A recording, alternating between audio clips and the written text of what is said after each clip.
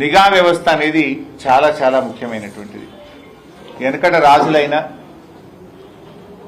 మన దేశ ప్రభుత్వమైనా రాష్ట్ర ప్రభుత్వమైనా ఈ దేశం యొక్క అంతర్గత భద్రత, శాంతి భద్రతలు అనేటువంటి దాన్ని అత్యంత ప్రాధాన్యతగా ఏ ప్రభుత్వమైనా కూడా చేస్తుంది. ఎందుకంటే ఒక జిల్లాలోనైనా ఒక రాష్ట్రంలో ఎవరైనా పెట్టుబడులు పెట్టాలంటే నేషనల్ క్రైమ్ బ్యూరో వెళ్ళి చూస్తారు. క్రైమ్ రేట్ ఎంతున్నది, క్రైమ్ జరిగితే ఎంతమందిని వీళ్ళు పట్టుకుంటున్నారు, ఎన్ని మర్డర్లు అవుతున్నాయి, ఎన్ని రేప్ కేసులు అవుతున్నాయి, ఈ రాష్ట్రంలో పెట్టుబడులు పెట్టచ్చా పెట్టరాదా అని ఎవరైనా చూసుకొని ఇతర దేశాల వాళ్ళు కానీ ఇతర రాష్ట్రాల వాళ్ళైనా పెట్టుబడి పెట్టేటప్పుడు చూసుకుంటారు. బాధ కలిగే అంశం ఏంటంటే తెలంగాణ ఇప్పుడు ఎల్లో జోన్లకు పోయింది. ఇక కొద్దిగా అయితే రెడ్ జోన్లకు పోయేటట్టుంది. కేసీఆర్ ఉన్న 10 ఏళ్లలో ఎప్పుడు ఎల్లో జోన్కు పోలే పైసా. We're in green zone. KCR గారి 10 ఏళ్లలో తెలంగాణ ఎప్పుడు గ్రీన్ జోన్లోనే ఉన్నది. కానీ రేవంత్ రెడ్డి వచ్చిన ఏడాది కాలంలో ఎల్లో జోన్కు పోయింది. ఇప్పుడు రెడ్కు బార్డర్లు ఉన్నది. ఇక 4 రోజులైతే రెడ్ జోన్లో పెట్టేట్టున్నది. దక్షిణ భారతదేశంలో ఎల్లో జోన్లో ఉన్న ఒకే ఒక్క రాష్ట్రం తెలంగాణ రాష్ట్రం. బాంబే తర్వాత బాంబే ఎల్లో జోన్లు ఉన్నది. ఇవాళ తెలంగాణ కూడా ఎల్లో జోన్లకు పోయింది. రాష్ట్రంలో క్రైమ్ రేట్ 23% పెరిగింది. పోయిన సంవత్సరానికంటే తెలంగాణ రాష్ట్రంలో క్రైమ్ రేట్ 23% పెరిగింది. రేప్ కేసులు 29% పెరిగినాయి. దళిత గిరిజనుల మీద రేప్ కేసులు 12% పెరిగినాయి. ఈ రాష్ట్రంలో ఎటుపోతుంది ఈ రాష్ట్రం? పోలీసులు మంచి పోలీసులు, తెలంగాణ పోలీసులు the best police in the country. ఒకప్పుడు గుజరాత్ వాళ్ళు, మహారాష్ట్ర వాళ్ళు తెలంగాణకు వచ్చి నేర్చుకుందరు.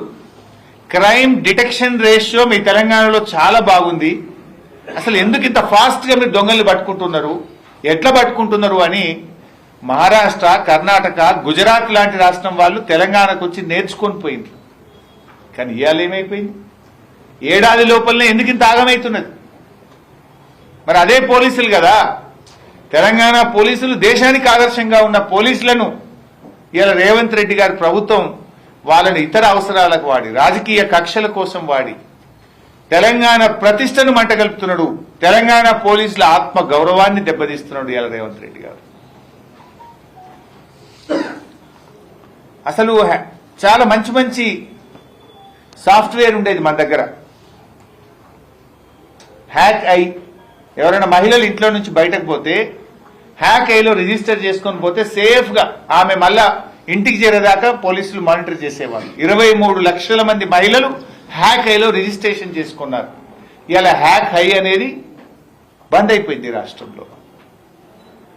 ఈ పెట్టి అనే ఈ పెట్టి కేసెస్ అనే సాఫ్ట్వేర్ ఉండేది, అది కూడా బంద్ అయిపోయింది. అరే కొత్తవి పెడతారా, ఇంకిన్ని మంచివి తీసుకొస్తారా? ఉన్న సాఫ్ట్వేర్ని ఎవరైనా బంద్ చేసుకుంటారా? ఈ పెట్టి కేసు బంద్ అయిపోయింది, హ్యాక్ అయి బంద్ అయిపోయింది. అంటే రాష్ట్రంలో ఈరోజు పెట్రోలింగ్ వ్యవస్థ పూర్తిగా దెబ్బతిన్నది. డయల్ 100 కూడా చాలా దారుణంగా ఫెయిల్ అయిపోయింది. బీఆర్ఎస్ ప్రభుత్వం ఉన్నప్పుడు డయల్ 100కి ఎవరైనా ఫోన్ చేస్తే 3 నుంచి 5 నిమిషాల్లో పోలీసులు అక్కడికి చేరుకునేవారు. ఇవాళ డయల్ 100కి ఎవరైనా ఫోన్ చేస్తే దాదాపు 7-8 నిమిషాలు 10 నిమిషాలు పడుతుంది. మరి అప్పుడు 3 నిమిషాలకు 5 నిమిషాలకు వచ్చింది ఎట్లా? ఇప్పుడు 7 నుంచి 10 నిమిషాలు అయింది ఎట్లా? ఏమైంది? ప్రభుత్వం మానగానే మారుతుందా? అంటే అక్కడ టెక్నాలజీని సరిగా వాడతలేరు, అక్కడ స్టాఫ్ను తగ్గించారు, నిర్లక్ష్యం అవుతా ఉంది. ఆ రింగ్ టోన్ ఏందో పెట్టిన కొత్తగా 40 సెకండ్లు ఆ రింగ్ టోనే నడుస్తుంది. యాక్చువల్ డయల్ 100 చేసినప్పుడు ఒక్కొక్క సెకండ్ ముఖ్యం. ఒక్కొక్క 5 సెకండ్లలోనే అక్కడ ప్రాణాలు పోతుంటాయి. 5 సెకండ్లలోనే ఒక ప్రాణాన్ని కాపాడే అవకాశం ఉంటుంది. డయల్ 100 పనితీరు రేవంత్ రెడ్డి ప్రభుత్వంలో దారుణంగా పడిపోయింది. ఆనాడు 3 నుంచి 5 నిమిషాలు ఉంటే మరి ఈరోజు 5 నుంచి 7 నిమిషాలకు వచ్చింది. యాక్చువల్గా కేసీఆర్ గారు 9 సంవత్సరాల తన పాలనలో 15,000కు పైగా ఆధునిక ద్విచక్ర వాహనాల్ని కూడా ఆ రోజు కేసీఆర్ గారు అందించారు. పోలీస్ వాహనాలు కొత్త కొత్త ఇన్నోవా కార్లు ఇప్పించిండ్రు, నెల నెల పోలీస్ స్టేషన్ అలవెన్స్ ఇచ్చారు. అదేవిధంగా ఎంతో టెక్నాలజీని అందించారు. Police command control room Hyderabad లో కట్టారు. ఇప్పుడు రోజు రేవంత్ రెడ్డి ఆడనే కూర్చుంటుండు. కమాండ్ కంట్రోల్ రూమ్ కట్టిండ్రు. అంటే పోలీసుల ఆత్మగౌరవానికి భంగం వాటిల్లకుండా తలెత్తుకొని విధి నిర్వహణలో పోలీసులు ఉండే విధంగా కేసీఆర్ గారు పనిచేసింది. ట్రాఫిక్ పోలీసులకు 30% అధికంగా వేతనాలు కూడా ఇచ్చారు. టెక్నాలజీకి అవసరమైన నిధులు అందించారు. కానీ ఈరోజు చూస్తే చాలా దారుణమైనటువంటి పరిస్థితిని ఇవాళ పోలీసులు ఎదుర్కొంటున్నటువంటి పరిస్థితి కనబడతా ఉంది.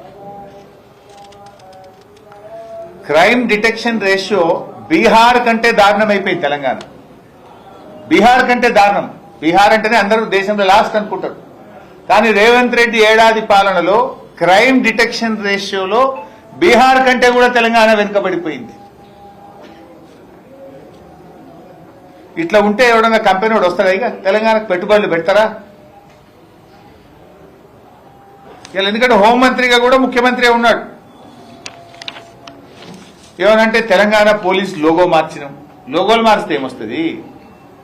తెలంగాణ బతుకుదెరువు మారుస్తా అని చెప్పిన రేవంత్ రెడ్డి తెలంగాణ తల్లిని మారుస్తా, పోలీస్ లోగోను మారుస్తా, తెలంగాణ సింబల్ మారుస్తా, ఇంకేందో మారుస్తా అంటాడు. ఇవి మార్చుడు తప్ప నువ్వు మార్చిందేంది? నువ్వు చెప్పిందేమో తెలంగాణ ప్రజల జీవితాల్లో కొత్త వెలుతురు తెస్తా, బతుకు తెరువు మారుస్తా అన్నావు. కానీ నువ్వు మారుస్తున్నదేమో టీజీని టీఎస్ ను టీజీ చేస్తా, తెలంగాణ తల్లిని మారుస్తా, తెలంగాణ పోలీస్ లోగో మారుస్తా, తెలంగాణ రాష్ట్ర సింబల్ మారుస్తా. దీంతో ప్రజల జీవితాలు మారుతాయా? ప్రజల బతుకు తెరువులు మారుస్తా అని చెప్పినావు కదా. నువ్వు చేస్తున్నదేంటి? పోలీస్ లోగోలు మార్చుడు కాదు, పోలీసులకు అవసరమైన సాంకేతికతను అందించు, పోలీసులకు అవసరమైన నిధులు అందించు, పోలీసులను వాళ్ళ పని వాళ్ళని చేసుకొని. పోలీసులు ఎంతసేపు ప్రతిపక్షముల మీద కేసులు పెట్టు, సోషల్ మీడియాలో పోస్టు పెట్టిండు, వాని లోపలై వీని లోపలై. గీ పనులు కాదు కదా పోలీసులు చేయాల్సింది. ఇవాళ సంగారెడ్డి జిల్లా కూడా చెప్పాలి. దానికి పోయే ముందు రాష్ట్రంలో అనేక సమస్యలు వచ్చినాయి. ఇవాళ రేవంత్ రెడ్డి గారు వచ్చిన తర్వాత రాష్ట్రంలో పోలీసులు ఇబ్బంది పడతా ఉన్నారు. ఇంతకుముందు టీఏ ప్రతి పోలీస్ కానిస్టేబుల్ కానీ, ఎస్ఐ కానీ, ఏఎస్ఐ కానీ, హెడ్ కానిస్టేబుల్ కానీ కేసీఆర్ ప్రభుత్వం నెలకు 15 రోజుల టీఏ ఇచ్చింది. రేవంత్ రెడ్డి వచ్చినాక దాన్ని 7 రోజులకు తగ్గించిండు. పరిశాన్ ఉన్నారు పోలీసులు పాపం. 15 రోజులు 7 రోజులకు తగ్గించిండు. सरेंडर लीव पैसలు 3 किस्तिल पेंडिंग ఉన్నాయి. संगारेड्डी में कोई कांस्टेबल को पूछो, आप स्टेट में कोई जिला में जाके पूछो, 3 सरेंडर लीवल पेंडिंग ఉన్నాయి. 3 क्वार्टर्ల सरेंडर लीवल పోలీసులే విడుదలైతలేవు. స్టేషన్ అలవెన్స్ ఇంతకుముందు కేసీఆర్ గారు ఉండగా కాయిదాలు వంకస్కనుడు, అదేందో టైపిస్ట్ ప్రింటింగ్ మిషన్ పనిచేస్తలేదు అన్నట్టుంటుండే. ప్రతి పోలీస్ స్టేషన్ కు 50,000 రూపాయలు ఇచ్చిండు కేసీఆర్. హైదరాబాద్ లో అయితే 75,000 ఇచ్చి, అరే మీ కాయిదాలు మీరు కొనుక్కోండి, ఎవరైనా పోలీస్ స్టేషన్ కు వస్తే మంచినీళ్ళు తాగిపోయండి, ఛాయ్ తాగిపోయండి అని కేసీఆర్ గారు పోలీసుల గౌరవం, పోలీసుల ప్రతిష్ట పెంచాడు. ఇప్పుడు అవి కూడా విడుదలైతలు. స్టేషన్ అలవెన్స్ విడుదల చేయాలంటే కూడా పైరవి చేయాలి సెక్రటరియట్లో పోయి. ఎవరైనా సిఐ పైరవి చేస్తానో లేకపోతే ఆ పర్సెంటేజ్ ఇస్తే ఆ పోలీస్ స్టేషన్కి వస్తున్నాయి, మిగతా పోలీస్ స్టేషన్లకు వస్తలేవు. ఇప్పుడు మళ్ళీ పాత పద్ధతి, ఎవరైనా దొంగలు రౌడీ షీటర్లు ఉంటే ఆ రౌడీ షీటర్, అరే భయ్ మా ప్రింటర్ పని చేస్తలేదు కొనుక్కరా, అరే భయ్ మా అదేదో కాగిత వైట్ పేపర్లు అయిపోయినాయి కొనుక్కరా, గాడికి వచ్చింది మళ్ళా పాత పద్ధతికి వచ్చింది కథ. ఎందుకు విడుదల చేస్తలేరు అని నేను అడుగుతా ఉన్నా. పాపం ఆరోగ్య భద్రత నెలకు 300 కట్టాడు ప్రతి పోలీస్ కానిస్టేబుల్. ఆయన కుటుంబ సభ్యులకు, తల్లిదండ్రులకు అనారోగ్యం అయితే ఆరోగ్య భద్రత కార్డు ఉంటే భరోసా ఉండేది. ఏ రోగం వచ్చినా కూడా మంచిగా వైద్యం చేయించుకొని వద్దురు. కానీ ఇప్పుడు ఆరోగ్య భద్రత ఆరోగ్యశ్రీ కంటే అధ్వానం అయిపోయింది. పోలీసులకు ఉన్న ఆరోగ్య భద్రత కార్డు ఆరోగ్యశ్రీ కంటే అధ్వానం అయిపోయింది. అది పట్టుకొని పోతే బెడ్స్ ఖాళీ లేవని అదే కొడుతున్నాడు దవాఖానలో. నేను అడుగుతున్నా రేవంత్ రెడ్డి గారిని, ఈ ఏడాది కాలంలో ఆరోగ్య భద్రత కింద ఎంతమంది సిబ్బందికి ట్రీట్మెంట్ ఇచ్చారు, ఏ ఆసుపత్రుల్లో ఇచ్చారు, ఎంత డబ్బు కట్టారో వైట్ పేపర్ విడుదల చేయండి. చేయరు మీరు. పాపం ఇలా ఆరోగ్య భద్రత కార్డులు పనిచేయక కుటుంబ సభ్యులు వాళ్ళ ఆరోగ్యం దెబ్బతింటే అప్పుల పాలవుతున్నారు మా పోలీసులు. రిటైర్ అయిన పోలీస్ కానిస్టేబుళ్లకు ఎస్ఐలకు కూడా పైసలు వస్తలేవు. వాళ్ళు దాచుకున్న ఆరోగ్య భద్రతలో కొన్ని డబ్బులు సేవింగ్స్ ఉంటాయి, వాళ్ళ సొంత డబ్బులు జీతంలో కట్ అయితే పిల్లల చదువులకో ఇంటి లోనుకో తెచ్చుకుంటారు. ఆ డబ్బులు కూడా విడుదలైతలేవు. ఇవ్వాలి హోంగార్డులకు పర్మనెంట్ చేస్తా, మీకు జాబ్ సెక్యూరిటీ ఇస్తా, మీకు బేసిక్ పే ఇస్తా అని రేవంత్ రెడ్డి హోంగార్డులకు మాట ఇచ్చిండు, మేనిఫెస్టోలో పెట్టిండ్రు. ఇవాళ హోంగార్డులకు చెప్పిన మాట అమలైతలేదు, బేసిక్ పే వస్తలేదు, 1వ తారీఖు జీతం అంతకంటే వస్తలేదు. హోంగార్డుల జీతం 20 తారీఖు, 10 తారీఖు, 15 తారీఖు వస్తున్నది. హోంగార్డులకు పెంచుతానన్న జీతం ఇంతవరకు పెంచలేదు. ఏక్ పోలీసింగ్ అన్నాడు. అరే అందరికి ఒకటే ఉండాలి కదా, సమాన పనికి సమాన వేతనం. నేను హెడ్ కానిస్టేబుల్ కుటుంబంలోకి వచ్చిన, మా అన్న కానిస్టేబుల్ ఉండే, నాకు పోలీసు వాళ్ళ కష్టాలు తెలుసు, నేను ఏక్ పోలీసింగ్ తెస్తా అని రేవంత్ రెడ్డి మాట్లాడాడు. పాపం తెలంగాణ స్పెషల్ పోలీసులు టీజీఎస్పీ పోలీసులు ఏమైంది ఏక్ పోలీసింగ్, మాకు ఏక్ పోలీసింగ్ పద్ధతి తెస్తా అన్నావు కదా రేవంత్ రెడ్డి గారు, తెమ్మంటే 10 మందిని ఉద్యోగాల నుంచి డిస్మిస్ చేసిండు, 39 మందిని సస్పెండ్ చేసిండు. నువ్వు ఇచ్చిన మాటనే కదా వాళ్ళు అడిగింది, వాళ్ళు ఏమైనా తప్పు అడిగిండ్రా? ఏమైంది ఏక్ పోలీసింగ్ అని నేను అడుగుతా ఉన్న పోలీసుల పక్షాన. నువ్వు ఎన్నికల్లో ఇచ్చిన హామీ అమలు చేయమని అడిగితే ఉద్యోగాల నుంచి తీసేస్తావా? బీఆర్ఎస్ పార్టీ పక్షాన్ని డిమాండ్ చేస్తున్నాం. డిస్మిస్ చేసిన 10 మంది టీజీఎస్పీ పోలీసులను తిరిగి ఉద్యోగాల్లోకి తీసుకోవాలి. సస్పెండ్ చేసిన 39 మందిని వారిని తిరిగి ఉద్యోగాల్లోకి తీసుకోవాలని చెప్పి కూడా బీఆర్ఎస్ డిమాండ్ చేస్తుంది. పోలీసుల సరెండర్ లీవ్ డబ్బులు వెంటనే విడుదల చేయాలని డిమాండ్ చేస్తా ఉన్నాం. టీఏ బిల్లులు గతంలో కేసీఆర్ గారు ఇచ్చిన విధంగా 7 రోజులు కాదు 15 రోజుల వాళ్ళ టీఏ బిల్లులు చెల్లించాలని కూడా బీఆర్ఎస్ పార్టీ డిమాండ్ చేస్తుంది. ఆరోగ్య భద్రత డబ్బులు విడుదల చేయాలని కూడా ఈరోజు బీఆర్ఎస్ పార్టీ డిమాండ్ చేస్తుంది.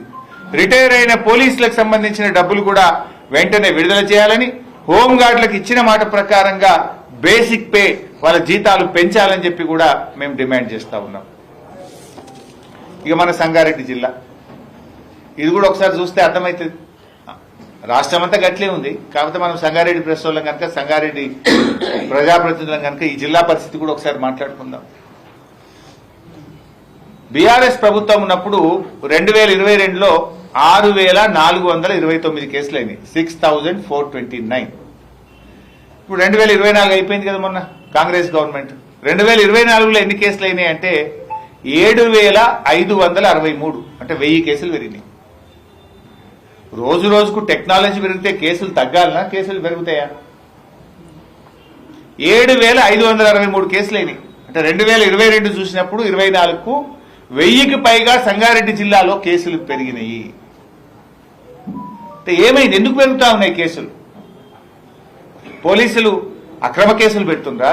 పోలీసుల మీద ఒత్తిడి పెట్టి ఈ కాంగ్రెస్ ప్రభుత్వం అనవసరంగా బీఆర్ఎస్ కార్యకర్తల మీద, సోషల్ మీడియా యాక్టివిస్టుల మీద కేసులు ఎక్కువ పెట్టిస్తున్నారా?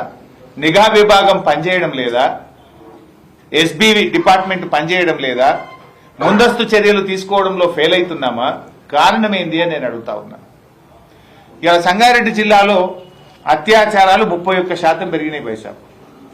2022లో 70, 2023లో 100 మంది మహిళల మీద అత్యాచారం అయితే, కాంగ్రెస్ గవర్నమెంట్ వచ్చినాక 2024లో 131 అత్యాచారాలు ఈ జిల్లాలో జరిగినాయి. ఎందుకు పెరుగుతా ఉన్నాయి మహిళల మీద అఘాయిత్యాలు? ఎందుకు పెరుగుతా ఉన్నాయి మహిళల మీద అత్యాచారాలని నేను అడుగుతా ఉన్నా. దొంగతనాలు 52% పెరిగినాయి సంగారెడ్డి జిల్లాలో, 52%. ఇంత అన్యాయం ఇది. అప్పుడు గదే పోలీసులు, ఇప్పుడు గదే పోలీసులు కదా. కేసీఆర్ గవర్నమెంట్ లో తక్కువ ఎందుకు, కాంగ్రెస్ గవర్నమెంట్ లో ఎక్కువ ఎందుకు? దొంగతనాలు 2023లో 420 ఉంటే 2024లో 639 దొంగతనాలు జరిగినాయి సంగారెడ్డి జిల్లాలో. It is failure of this government. Home మినిస్టరే ముఖ్యమంత్రి, ముఖ్యమంత్రే హోమ్ మినిస్టర్ అంటే ఇది ముఖ్యమంత్రి యొక్క వైఫల్యము, రాష్ట్ర ప్రభుత్వం యొక్క వైఫల్యం తప్ప మా పోలీసుల వైఫల్యం కాదు. ఎందుకు? మరి ఇదే పోలీసులు కదా గతంలో మంచిగా పనిచేసింది, ఇదే పోలీసులు కదా దేశానికి ఆదర్శంగా ఉన్నారు. ఎందుకు పోలీస్ వ్యవస్థ ఫెయిల్ అవుతా ఉంది అంటే నిఘా విభాగం చేయాల్సిన పని చేస్తలేదు, ఎస్బీ విభాగం చేయాల్సిన పని చేస్తలేదు. పోలీసులను వాళ్ళ పనిని వాళ్ళని చేయించుకోనియకపోవడం వల్ల, టెక్నాలజీ ఇవ్వకపోవడం వల్ల, నిధులు విడుదల కాకపోవడం వల్ల మన రాష్ట్ర పోలీస్ విభాగం దెబ్బతింటా ఉంది. దొంగతనాలు 52% పెరిగినాయి పైసా. ఇక దోపిడీలు అయితే 112% పెరిగినాయి, డబుల్ కంటే ఎక్కువ.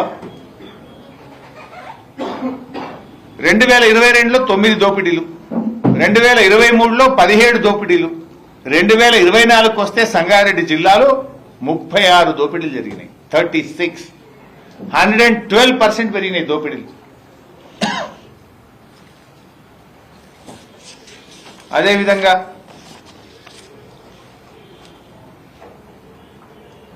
గంజాయి కేసులు 2023లో 11 గంజాయి కేసులుంటే 2024లో 34 గంజాయి కేసులైంది. అంటే రేవంత్ రెడ్డి వచ్చినాక గంజాయి విచ్చలవిడైపోయింది రాష్ట్రంలో. ఎక్కడ పట్టి అక్కడ గంజాయి దొరుకుతున్నది. గుడుంబ గంజాయి అడ్డాలైపోయింది. దాంతో ప్రజల ఆరోగ్యం దెబ్బతింటున్నది. ఇవాళ 2023లో 11 కేసులు పోయి 2024లో సంగారెడ్డి జిల్లాలో 34 గంజాయి కేసులైనాయి. కేసీఆర్ ప్రభుత్వం ఉన్నప్పుడు గంజాయిని నివారించింది, నిఘా పెంచింది. కానీ కాంగ్రెస్ వచ్చినాక గంజాయిని పెంచి పోషిస్తున్నది.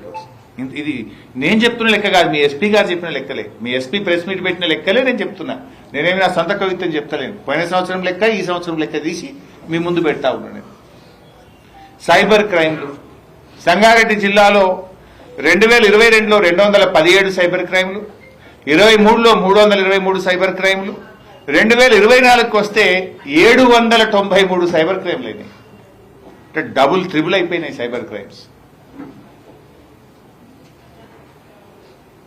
అప్పుడేమో సైబర్ కంట్రోల్ వింగ్ ఉంటుండే కేసీఆర్ గారు ప్రభుత్వం ఉన్నప్పుడు.